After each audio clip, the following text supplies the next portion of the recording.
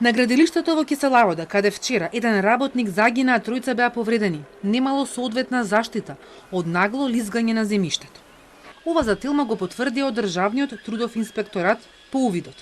Во понеделник повторно ќе одат на увид, а очекуваат во вторник да ја добијат и документацијата од фирмата изведувач, компанијата Јакимовски, но и од инвеститорот Нар Инвестмент. Според првичниот записник, во кој е констатирана фактичката состојба, основната причина за несреќата е непревземените колективни мерки за безбедност и здравје при работа, односно немало заштита на темелната јама од обрушување на земјиштето. Земени се изјави од повредените и откако ќе ги комплетираме документите, ќе се направи конечен записник со инспекцијски мерки кои ќе ги преземеме. Повредените работници и загинатиот работник се пријавени. Од Државниот трудов инспекторат за Телма велат дека од вчера ова градилиште е затворено. Дале устна забрана да се продолжи со работа овде се додека не се утврдат понатамошни мерки за безбедност и заштита на работниците. Сепак, единствено што треба да се направи во наредните денови е да се спречи понатамошно лизгање на земјиштето за да не настане штета врз соседните објекти. Ова го предложил општинскиот градежен инспектор. Поради настанато лизгање на земјиштето и загрозена стабилност на соседните објекти, се наредува да се преземат итни мерки за обезбедување на ископот и спречување да настапи лизгање на земјиштето и дополнителни последици.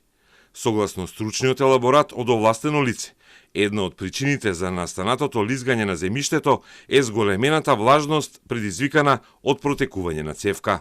Денеска забележавме како двајца работници го повлекуваат багерот од градилиштето каде вчера. Еден работник загина, а четворица беа повредени.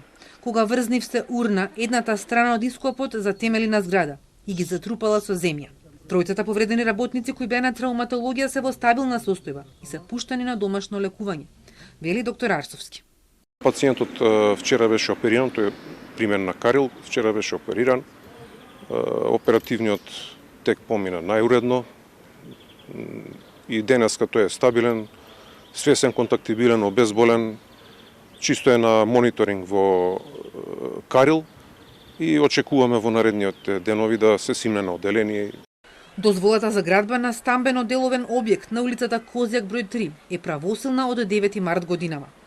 Поранешно градоначалник на општина Аеродром Ивица Коневски, кој е собственик на фирмата инвеститор, вчера не сакаше да зборува за настанот. Рече дека истрагата ќе покаже како дошло до несреќата и рече дека градбата ги имала сите потребни документи и дозволи. Од компанијата изведувач и фирмата за надзор досега не согласија.